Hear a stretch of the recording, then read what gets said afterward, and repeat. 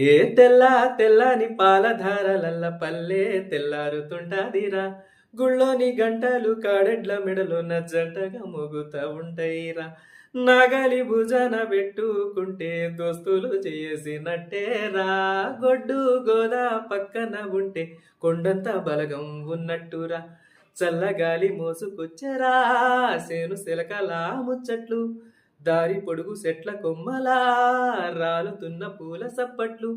గడ్డి మోపులు కాల్వగట్టులు చెమట సుక్కల్లో తడిసిన ఈ మట్టి గంధాల ఊరు పల్లెటూరు.